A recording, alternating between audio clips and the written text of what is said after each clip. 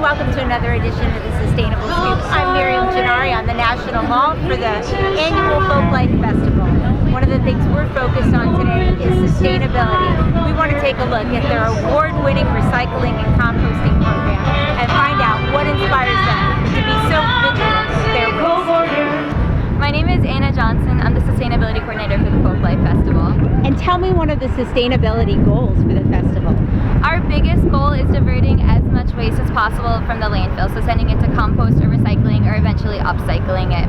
That means we use all compostable products from our vendors, and then we send all of those compostable products to a composting facility offsite. Yeah, so all of our resource recovery stations at the festival are staffed by volunteers that I train. Those volunteers help the public when they come up to the waste stations, and they help them figure out what's compostable and what's recyclable.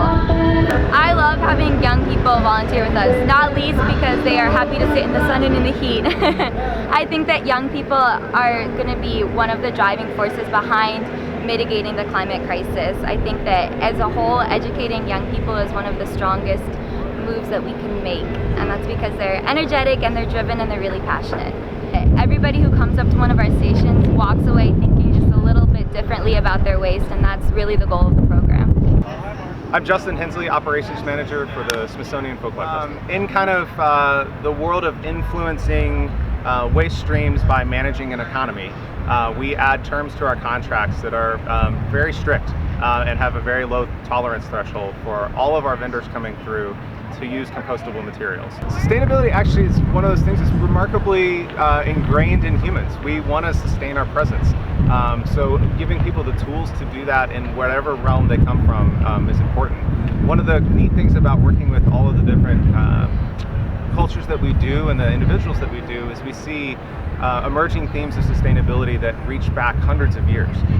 Your daughter is here volunteering today. Can you tell me why she decided to come? Did she say? So we encourage her as part of her civic duty and an American citizen to participate in activities beyond the scope of what she normally does at home and at school. So we instill on her a sense of patriotic pride. I think having her participate in an opportunity such as this with like-minded people gives her a sense of belonging here, but also outside of this community with her friends, with other members of her family, and certainly those that she'll have an opportunity to be in contact with. So here at the Folklife Festival, I think it's really incredible that they have stations dedicated to composting and volunteers that can show people that might not know. Because as volunteering, I've gotten a lot of questions on where certain products should go, and what might have gone in the trash has been able to be composted. Instead of waiting on the sidelines and waiting for someone else to start, you can start.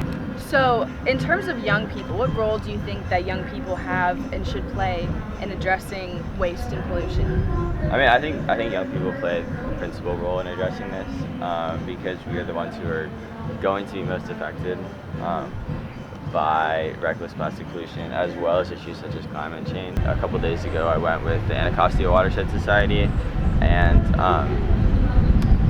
like the Global Co-Lab and Smithsonian Conservation Commons, and we had about like 10-15 volunteers, and I think we had 18 bags of trash. I'm not totally sure. And then they sorted it last Saturday into 13 categories based on like styrofoam, plastic bottles, that kind of stuff.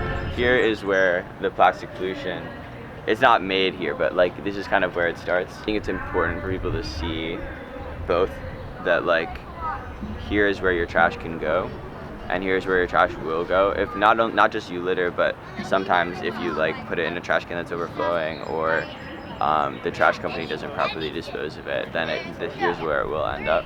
So I'm going to school in France for 2 years doing international economics, and then Columbia University for 2 years doing sustainable development. I think like the first step is to care, and so like if you're upset about something, if you see something for any issue, not just environmental issues, but just to care about it. I'm part of the Global Collab network that I joined this year, and that's connected me with Smithsonian. I think like if you don't have an eco club, that's like okay. You can use other clubs like community service clubs and have an eco arm of that club, And I think that's like the best way to do it, is to, instead of having individual silos, is building community. I'm really passionate about sustainability in general, and the festival has helped me find sort of a niche to combine education with really hands-on work. And I love people so much. This is really one of the reasons why I volunteer. Every single person on this site is part of our sustainability efforts. It's not something that you can stand on the sidelines and hope will happen. It's something you have to actively participate in. So in our briefing meetings, I want to thank everybody for listening to me going on and on and on about compost and bringing your reusable water bottles to site. That's amazing. But the biggest shout out really goes to our volunteers who diligently put on their gloves and sort through the public's trash and make sure that the trash that we're bringing in is a resource that we're recovering. It's been a wonderful afternoon at the Folklife Festival.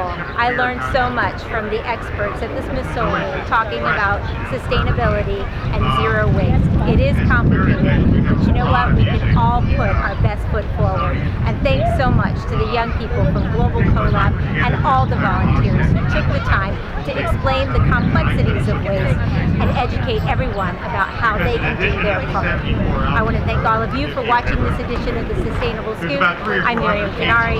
Back to the news desk. And like everything connects to everything else. And so if you acknowledge that, then it opens doors, because you can work with